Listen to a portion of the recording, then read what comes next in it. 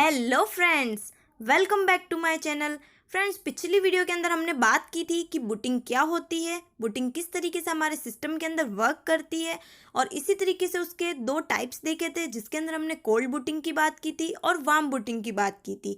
आज की वीडियो के अंदर हम डिस्कस करने वाले हैं कि मेमोरी क्या होती है और उसके टाइप्स क्या क्या होते हैं। लेकिन फ्रेंड्स, उससे पहले अगर आपने वो वाली वीडियो नहीं देखी है तो प्लीज़ उस वीडियो को जा करके ज़रूर देख लीजिए। और अगर अभी तक आपने मेरे चैनल को सब्सक्राइब नहीं किया है तो प्लीज़ सब्सक्राइब कर दीजिए और वीडियोस को लाइक और शेयर करना ना भूलें। तो चलिए स्टार्ट करते हैं मेमोरी से।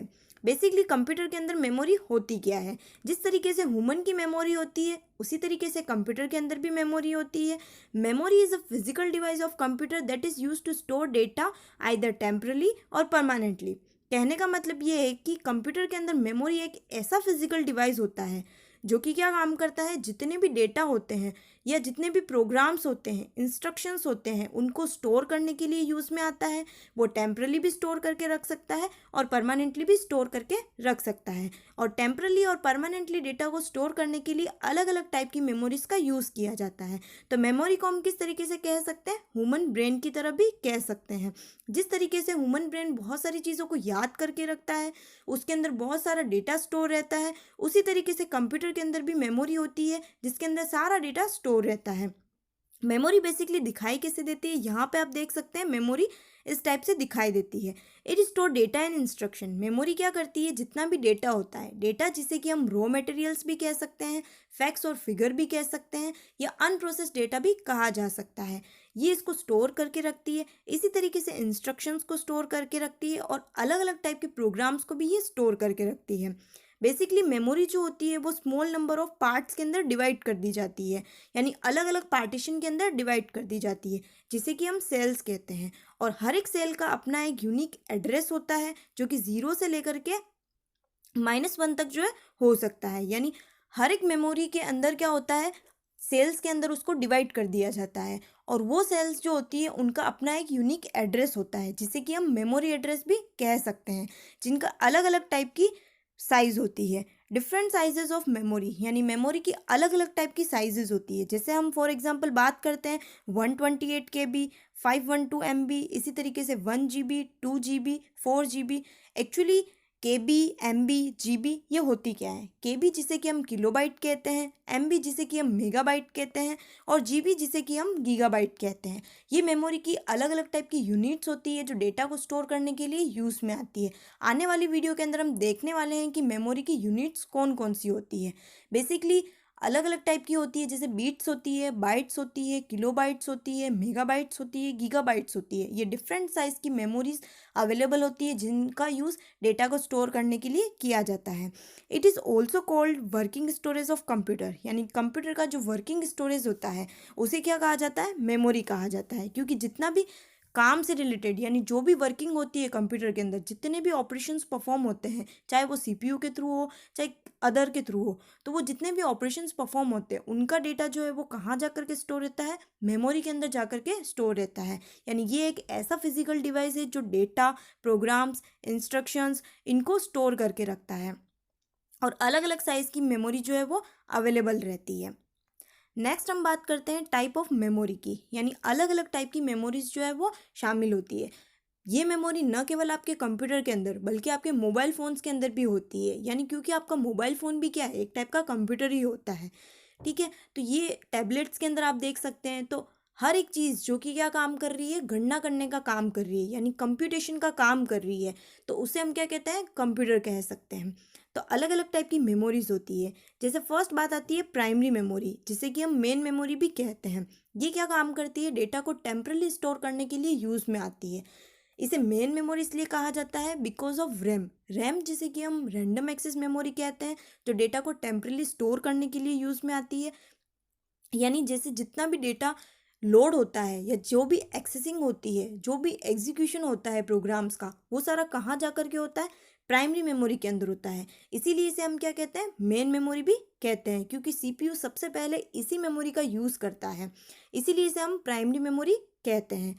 अब प्राइमरी मेमोरी भी डिफरेंट टाइप्स की होती है, जैसे रैम, रोम, कैश मेमोरी। ठीक है, रैम जिसे कि हम रैंडम एक्सेस मेमोरी कहते हैं, जो कि डेटा को टेम्परली स्टोर करने के लिए यूज़ में आती है। इसी तरीके से स्टैटिक रैम होती है और डायनेमिक रैम होती है।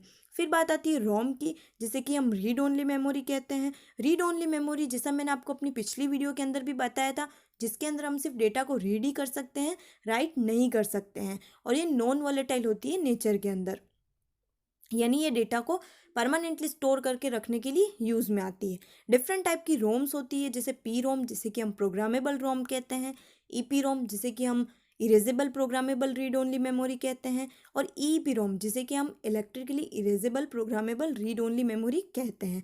और फोर्थ होती है एम रोम, जिसे कि हम मास्क्ड रोम भी कहते हैं। इसी तरीके से इसके अंदर फ्लैश मेमोरी शामिल होती है। और थर्ड आती है बात कैश मेमोरी की। कैश मेमोरी भी एक टाइप की प्राइमरी मेमोरी होती है, जो डेटा की फास्टली एक्सेसिंग के लिए यूज़ में आती है। बेसिकली ये सारी मेमोरीज होती क्या है, इन्हें हम आने वाली वीडियोस के अंदर एक एक करके कवर करने वाले हैं। फिर बात आती है सेकेंडरी मेमोरी की, जिसे कि हम ऑक्सिलरी मेमोरी या एक्सटर्नल मेमोरी भी कहते हैं। सेकेंडरी मेमोरी, जैसे आप देखते हैं अलग अलग टाइप के डिवाइसेस होते हैं, जैसे हार्ड डिस्क होती है, पेन ड्राइव होती है, सीडी होती है, डीवीडी होती है, जिसके अंदर आप क्या करते हैं, डेटा को एज अ बैकअप के तौर पर स्टोर करके रखते हैं, यानी जिसके अंदर डेटा परमानेंटली स्टोर रहता है। इसीलिए इसे हम क्या कहते हैं, सेकेंडरी मेमोरी कहते हैं। और ये एक ऐसी मेमोरी होती है, इसका सीपीयू प्राइमरी मेमोरी के बाद में इस्तेमाल करता है, इसीलिए इसे हम सेकेंडरी मेमोरी कहते हैं।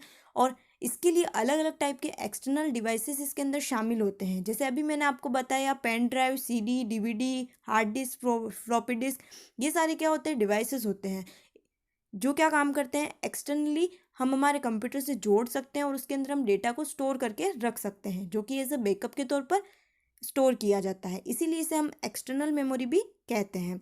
ये बेसिकली टू टाइप्स के होते हैं, मैग्नेटिक स्टोरेज और optical storage. Basically magnetic storage के अंदर क्या होता है, डेटा को स्टोर करने के लिए किसी मैग्नेटिक प्रोसेस का यूज़ किया जाता है। जैसे हम हार्ड डिस्क की बात करते हैं, फ्लॉपी डिस्क की बात करते हैं, मैग्नेटिक टेप की बात करते हैं, तो इन सभी के अंदर मैग्नेटिक प्रोसेस के थ्रू डेटा को स्टोर किया जाता है, जिसे कि हम मैग्नेटिक स्टोरेज कहते हैं।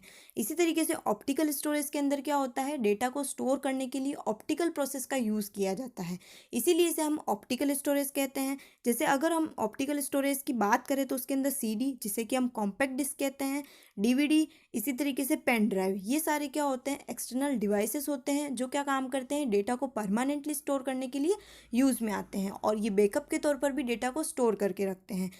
तो ये थी बात हमारे पास में टाइप्स ऑफ मेमोरी की, जो कि हमारे कंप्यूटर के अंदर भी होती है, हमारे मोबाइल फ़ोन्स के अंदर भी होती है, और डिफरेंट टाइप की हम मेमोरीज़ का इस्तेमाल करते हैं, जो डेटा को टेम्परली भी स्टोर करके रखती है और परमानेंटली भी स्टोर करके रखती है। आपने देखा होगा आपके फ़ोन के अंदर रैम भी होती है और रोम भी होती है। रैम जो कि क्या काम करती है, जितनी भी आपकी एप्लीकेशंस होती है, यानी जो भी एप्लीकेशन सॉफ्टवेयर्स होते हैं, वो सारे रैम के ऊपर ही एक्सेस होते हैं, क्योंकि हार्ड डिस्क से सीपीयू को उस डेटा को लेने में ज़्यादा टाइम लगता है, इसीलिए उसके बीच में रैम का यूज़ किया जाता है, जो कि डेटा की फास्टली एक्सेसिंग के लिए यूज़ में आती है। इसी तरीके से आपने देखा होगा आपके फ़ोन के अंदर भी इंटरनल स्टोरेज होता है, या फिर आपने आपके कंप्यूटर के अंदर भी देखा होगा कि रोम जो है वो दिखाई देती है, जो एक क्या काम करती है, इंटरनली डेटा को स्टोर करने के लिए यूज़ में आती है, जो कि क्या होती है, रीड ओनली मेमोरी होती है। ठीक है, तो ये बात थी हमारे पास में प्राइमरी मेमोरी की और सेकेंडरी मेमोरी की। और सेकेंडरी मेमोरी के अंदर आपने अलग अलग टाइप के डिवाइसेस यूज़ में लिए होंगे, जैसे हम पेन ड्राइव की बात करते हैं, सीडी की, डीवीडी की, इसी तरीके से मैग्नेटिक टेप की, हार्ड डिस्क की, तो ये सारे क्या होते हैं, सेकेंडरी मेमोरी के डिवाइसेस होते हैं। तो ये बात थी हमारे पास में कि मेमोरी होती क्या है और उसके कितने टाइप की मेमोरीज होती है। आने वाली वीडियोस के अंदर हम ये देखने वाले हैं कि ये अलग अलग टाइप की मेमोरी एक्चुअली होती क्या है और इनकी वर्किंग जो है वो किस तरीके से कंप्लीट होती है। सो फ्रेंड्स, आज के लिए यहीं तक। सो फ्रेंड्स, अगर अभी तक आपने मेरे चैनल को सब्सक्राइब नहीं किया है तो प्लीज़ सब्सक्राइब कर दीजिए और वीडियोज़ को लाइक और शेयर करना ना भूलें। Thank you.